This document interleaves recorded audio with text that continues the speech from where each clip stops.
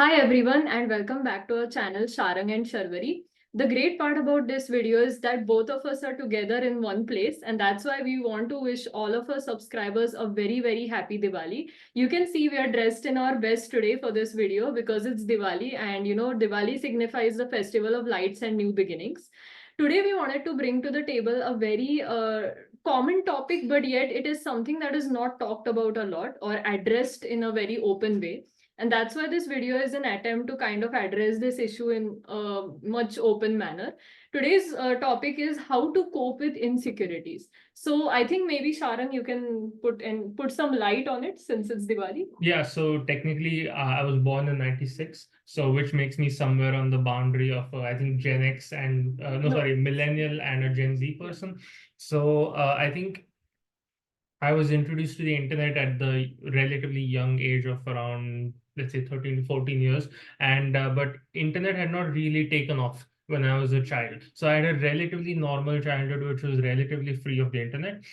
However, most Gen Z people today grow up with the internet as an integral part of their lives, and that is even more so true for the Gen Alpha. So because of this, the internet, while it has led to the democratization of knowledge, and anyone can learn anything for free, we have access to information, we can communicate with people halfway around the world in real time. These are all great benefits, but one of the biggest drawbacks of the internet is that it has introduced us to people and ideas literally all over the world, and it has allowed someone, let's say, who lives in a slum in Zimbabwe, to see how a rich person from, let's say, California lives. And this has led to a feeling of inadequacy that I think all of us struggle with. I think most people in Gen Z, if not all, they report having anxiety, having insecurity, and I do believe that this issue manifests itself more in women than in men. So I think I've explained the problem I'll explain the problem from a male perspective. We are a highly competitive gender, right? We love competition. Excelling in competition is how men obtain reproductive as well as financial success. And however, if you are continuously in a hyper competitive environment, then you constantly feel not good enough for yourself, about yourself, and that leads to a lowering of your overall mental peace, mental well-being, and quality of life. So this is the problem from a male perspective. And now for the So, to give, I think, a female perspective as well as a psychologist perspective, is that definitely, I mean, women do have a lot of issues when it comes to comparison or when it comes to insecurities. And I think social media would be the wrong mirror that is portrayed, because social media does not give the clear picture that is actually present. It can be in terms of, body image, or it can be in terms of how successful you are in life. yeah. So people or women or people in general also, maybe I would say that guys are not that vocal about it, or they don't Yeah. address it as much as women might do, because it is true that women are highly neurotic. So for those who don't know, neuroticism is the ability to process negative emotions. So that's why women tend to be more neurotic, and that's why women also tend to be more insecure. Yeah. Now, before I take this video to how can we combat insecurity, I would first want to mention that having insecurities is totally fine. So people have this image in their heads, they need everything to be perfect, but that's not the case. Being insecure means that you're human.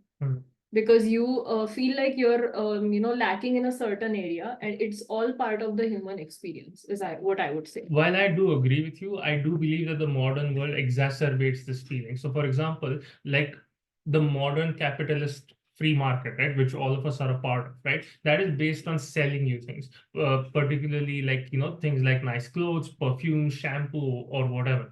A lot of those marketing strategies actually are targeted at making you not feel good enough about yourself and then selling you things. Hey, you might be balding, so use this drug. You might not have great hair, or you might not look good in your current form. And I think to some extent the free market has to follow that carrot and stick model, because otherwise, it won't be an efficient business model. So that company which sort of makes their customers feel slightly bad about it and then pitches a So it creates a problem, and then it tries to sell them a solution. We'll have a competitive edge in the free market. So I think that definitely exacerbates the problem. So please. So I think a good example here would be the beauty industry. Yeah. Possibly, like they make you think that you're not pretty enough, and that's why you have lipsticks and all those things. Yeah. So I think this would be a good example to what you're saying. But what I mean to say is insecurity that starts at a very young age.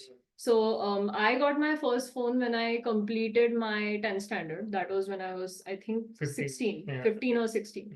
Before that, of course, I did not have a phone. I did not have any connection to the outside world. Yet, yes, I did definitely have insecurities. And why is that? Because the school environment in which I grew up kind of made me insecure about a lot of things.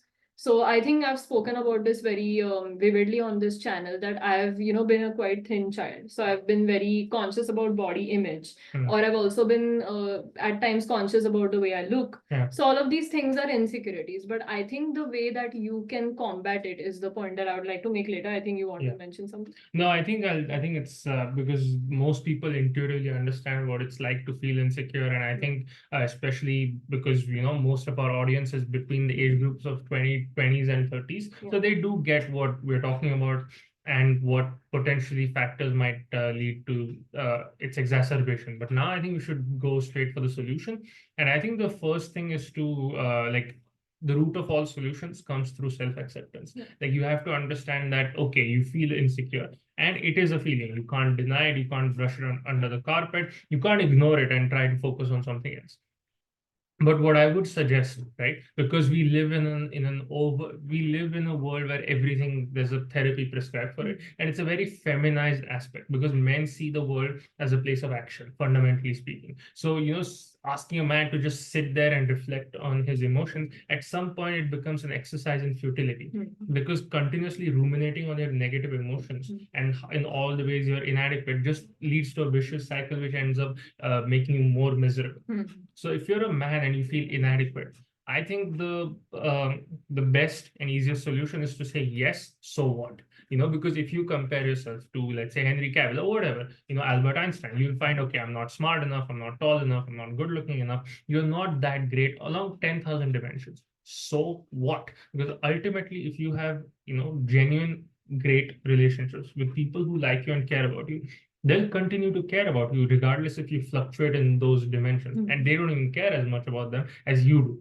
So for example, there may be a man who's only 5 feet 8 inches and he's super insecure about his height, but maybe most people around him and even the women who are into him might not care that much. And even if they are, that's fine. That is part of life. So focus on what you can do about it and just leave the rest to God. And I think that's the simplest and easiest thing, which has personally helped me a lot, because instead of just continuously thinking about things, I'm just like, okay, I'll just do what is expected of me and do what I want to do, and whatever feelings I get, I'll endure. Back to you. That's a very nice point that you make of self-acceptance, because sometimes, we stay in the thought, at least this happens with me, that why am I like this, or why am I a particular way? But I think the first point to having a great, great coping mechanism to insecurities would be to accept that, okay, I am this way.